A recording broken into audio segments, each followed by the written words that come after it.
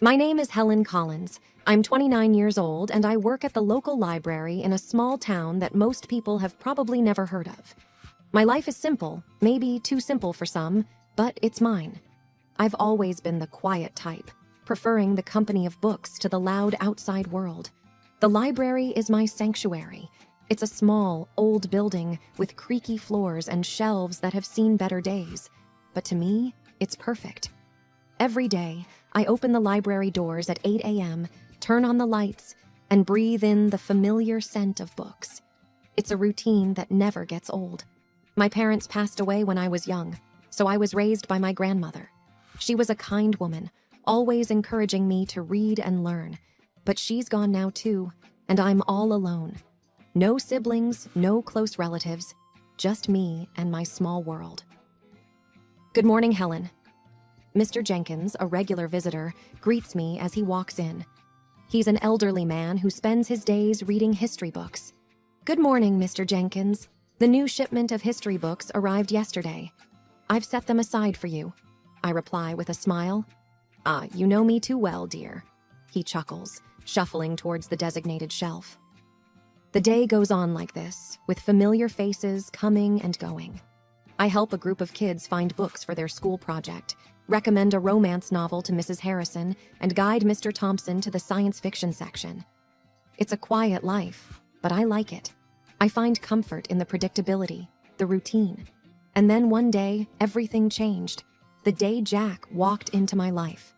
He came in looking for a book, but I could tell he wasn't the regular library type. He seemed out of place with his crisp suit and confident stride. "Can you help me find a book?" he asked, his voice smooth and inviting. "Of course. What are you looking for?" I replied, trying to keep my composure. "It's a novel, The Great Gatsby, I believe." "Right this way," I said, leading him to the classic section. As I handed him the book, our hands brushed briefly, sending a jolt through me. It was a simple touch, but it lingered in my mind. "Thank you, Helen," he said, reading my name tag.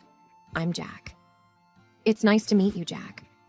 That brief encounter marked the beginning of everything, the beginning of a love that I thought would last a lifetime, the beginning of a journey that would take me from the quiet life I knew into a world of chaos and betrayal.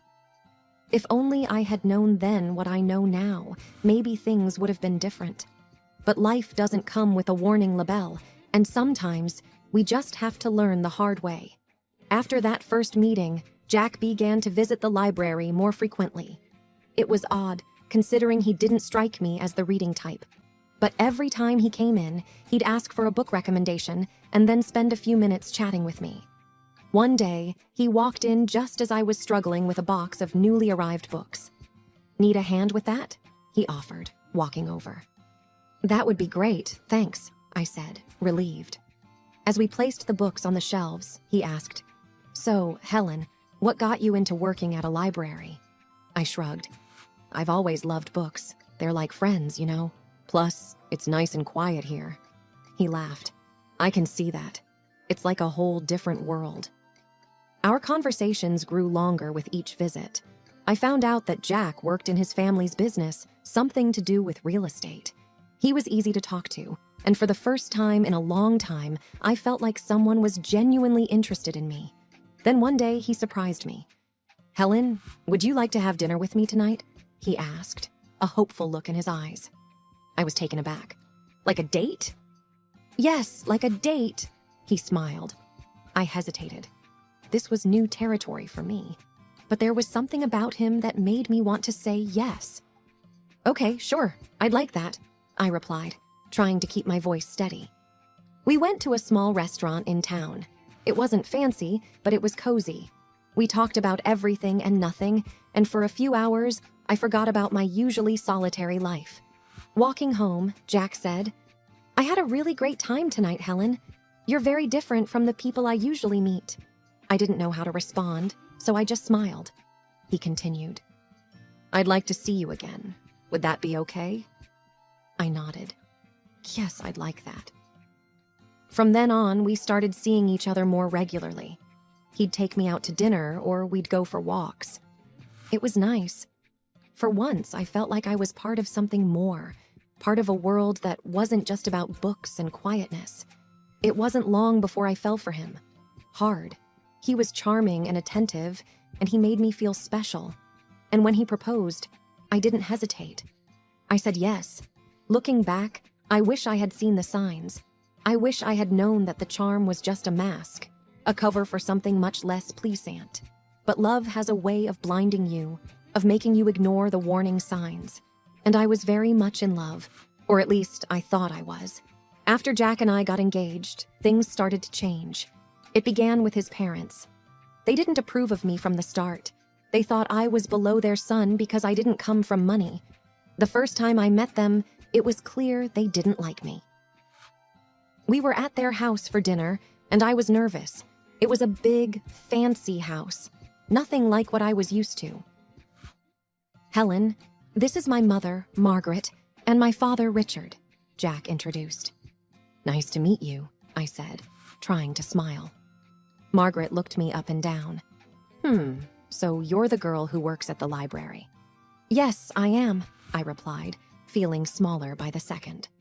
Richard chimed in. "Jack, couldn't you find someone more suitable?" I felt like crawling into a hole. The dinner was long and uncomfortable. They made it clear they thought I wasn't good enough for their son. But Jack stood up for me, which made me love him even more. Before our wedding, they insisted on a prenuptial agreement. They said it was just a formality.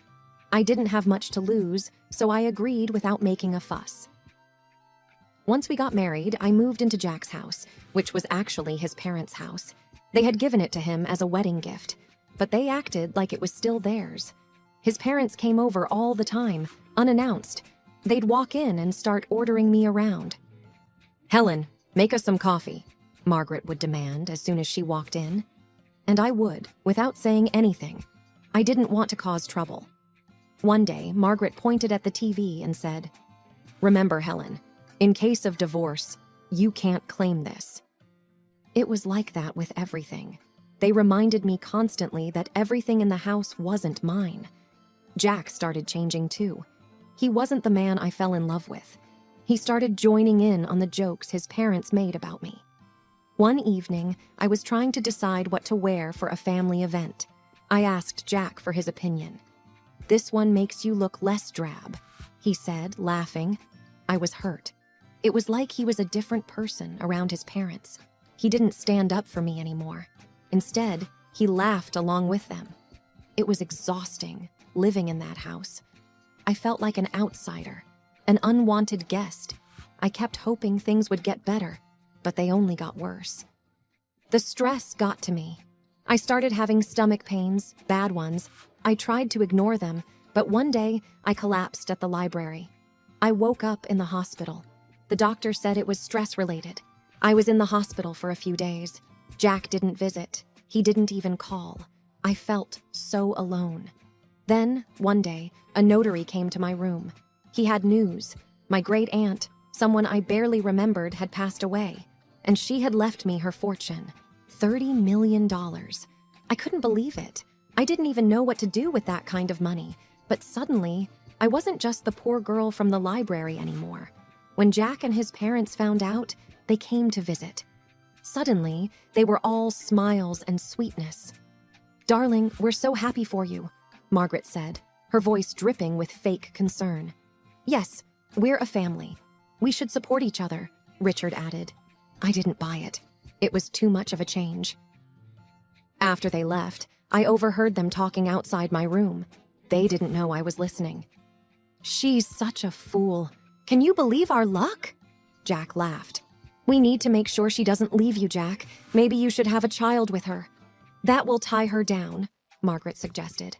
I felt sick to my stomach. These people didn't care about me. They just wanted my money. I knew then what I had to do. I had to get out of that house, away from these people. I had to take control of my life. I wasn't going to be their victim anymore. I left the hospital with a plan in my mind. I knew what I had to do. As I got home, Jack and his parents were waiting. They were all smiles, acting like the caring family they never were. "Oh, Helen, we were so worried about you," Margaret exclaimed. I nodded but didn't say much. I needed to act normal, not to tip them off. Jack came closer. "So, when do you get the inheritance?" he asked, a little too eagerly. I looked at him, the man I thought I loved, and realized I didn't even recognize him anymore. "Soon," I said. "But it's not something you need to worry about." His smile faltered a bit. "But we're married, Helen. What's yours is mine, right?" I forced a smile. "Of course, darling." That night, I couldn't sleep.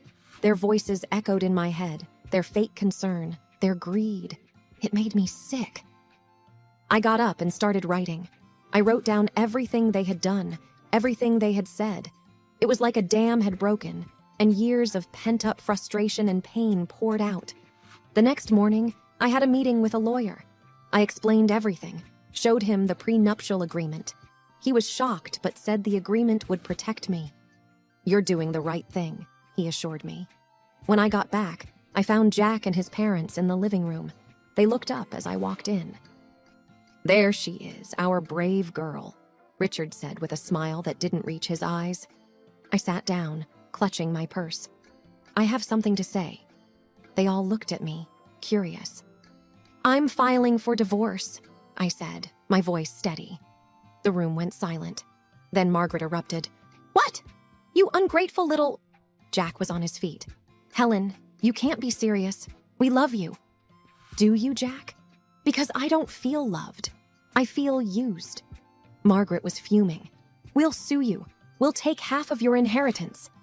I reached into my purse and pulled out a copy of the prenuptial agreement. "Actually, you can't. This says neither of us can claim the other's property in case of divorce."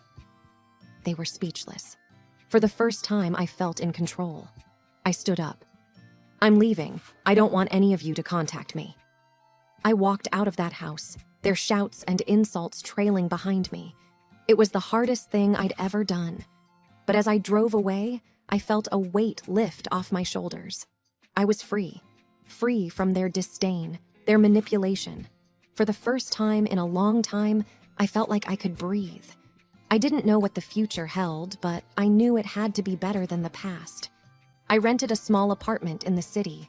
It was nothing fancy, but it was mine. For the first time in years, I felt a sense of peace. I was still dealing with the divorce, but I felt like I could handle it.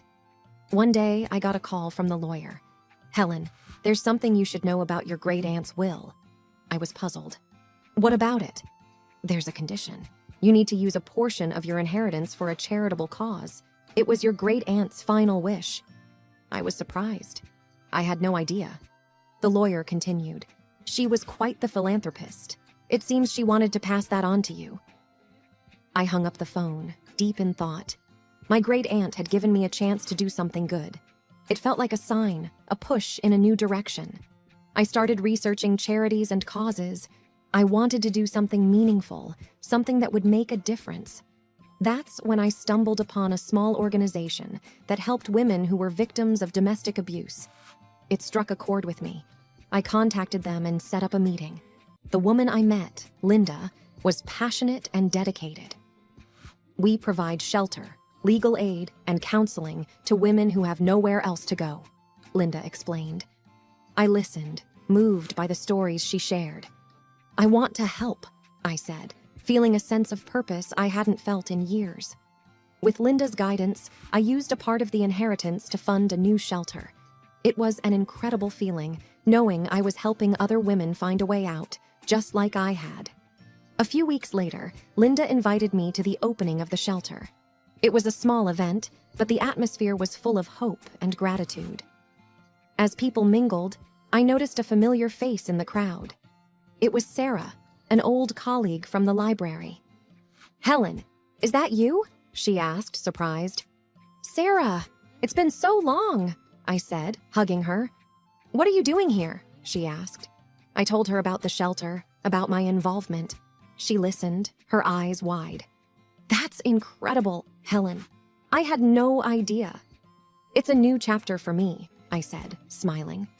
We spent the evening catching up. It felt good to reconnect with an old friend. It felt like pieces of my life were slowly falling back into place. As the event wrapped up, Linda came over.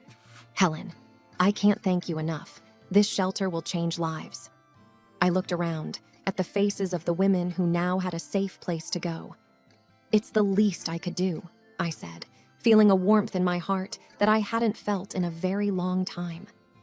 The days started to blend into one another, each filled with the rewarding work at the shelter. I was finding a new sense of purpose, something that was truly mine. Then, out of the blue, my phone rang. It was a number I hadn't seen in a while, Jack's. My heart raced with a mixture of emotions, but curiosity won. "Hello, Jack," I said, my voice calm. "Helen, I need to talk to you. Can we meet? It's urgent." His voice sounded desperate. Reluctantly, I agreed to meet him at a public coffee shop, hoping that being in a familiar place would give me strength. Sitting across from Jack, he looked different, defeated, almost pitiful. His eyes were pleading. "Helen, I made a huge mistake. I want you back. I've realized how much you mean to me," he blurted out. I looked at him, feeling nothing but contempt. "Why now, Jack?" He sighed. "My parents, they controlled everything. They were the reason our marriage failed. I was weak, but I'm different now." I felt a surge of anger. "You blame your parents? You stood by while they treated me like dirt. You laughed with them, Jack." He reached for my hand, but I pulled away. "Please, Helen, I know I was wrong. I've changed." I stared at him, seeing the man I once loved but now felt nothing for. "Changed or not, it's too late. I feel nothing for you, Jack. Nothing but contempt." His face fell, and for a moment, I saw a glimpse of the man I married. But it was fleeting. "I'm sorry, Jack. I've moved on. I have a life now, a purpose. There's no place for you in it," I said firmly. He nodded slowly, a look of resignation on his face. "I understand. I just had to try." Leaving the coffee shop, I felt a weight lift off my shoulders. It was over. Truly over. The next day, there was an event at the shelter. A local artist had donated a sculpture, and it was to be unveiled in the garden. As I stood there, surrounded by people who supported and believed in me, I felt a sense of belonging. Sarah, my old colleague from the library, stood beside me. "You've done something amazing here, Helen," she said, smiling. The artist pulled the cover off the sculpture, revealing a figure of a woman reaching up to the sky. It symbolized hope, strength, and new beginnings. Applause filled the air, and for a moment, everything felt right in the world. Linda, the woman who had helped me so much, came over. "Helen, this is just the beginning. There's so much more we can do." I looked around at the faces filled with hope and knew she was right. This was my new beginning, and I was ready to embrace it fully. My new life was busy and fulfilling. Every day at the shelter brought new challenges and rewards. My confidence grew, and for the first time in years, I felt in control of my destiny. I even started taking self-defense classes, something I would have never imagined doing before. One day, as I was leaving the shelter, I saw a car parked outside. It was my mother-in-law, Margaret, and she stepped out as soon as she saw me. "Helen, we need to talk," she said, her voice softer than I'd ever heard. "I have nothing to say to you, Margaret," I replied, my voice steady. "Please, just hear me out. I've realized how wrong we were," she pleaded. I stopped and looked at her. She seemed genuine, but I couldn't forget the past. "What do you want, Margaret?" "I want to apologize. I treated you terribly. I've lost my son because of it, and I don't want to lose you, too. You were like the daughter I never had," she said, her eyes glistening with tears. I felt a pang of something, sympathy, perhaps, but I pushed it away. "Margaret, you made my life a living hell. An apology won't change that. I've moved on, and I suggest you do the same," I said firmly. She reached out to me, but I stepped back. "Please, Helen, I know I can't undo the past, but I want to make things right." I shook my head. "It's too late for that. Goodbye, Margaret." As I walked away, I felt her gaze on my back, but I didn't look back. I had learned to stand up for myself, and there was no going back to the way things were. The next day, I received a letter from Jack's lawyer. He was contesting the divorce settlement. I wasn't surprised, but I was ready. I met with my lawyer, a sharp woman named Rachel. "He's got no leg to stand on, Helen. The prenuptial agreement is clear. He's just trying to intimidate you," she said confidently. I nodded. "I'm not afraid of him anymore. Let's fight this." The court date arrived, and I walked in with my head held high. Jack was there with his lawyer, and for a moment, our eyes met. There was a flash of the old Jack, the one I had loved, but it vanished quickly. The judge listened to both sides and then made her decision. The prenuptial agreement stood, and Jack's claims were dismissed. I felt a surge of relief and triumph. After the court session, Jack approached me. "Helen, I'm sorry. I was wrong," he said, his voice low. I looked at him, seeing the man I once loved, but now felt nothing for. "Goodbye, Jack. Take care of yourself," I said, and walked away. As I left the courtroom, I felt a sense of closure. That chapter of my life was finally over, and a new one was just beginning. At the shelter, we were planning a fundraiser, and it was taking all my attention. The support from the community was overwhelming, and I felt a deep sense of gratitude. The night of the fundraiser arrived, and the place was buzzing with energy. People from all walks of life had come to support our cause. As I looked around, I realized how far I had come, from a quiet, timid woman to someone who stood up for herself and others. "Helen, you did it. This is amazing," Sarah said, coming up to me. I smiled. We did it. And there's so much more to do. As the event went on, I felt a sense of accomplishment and purpose. This was my life now, and I was exactly where I was meant to be.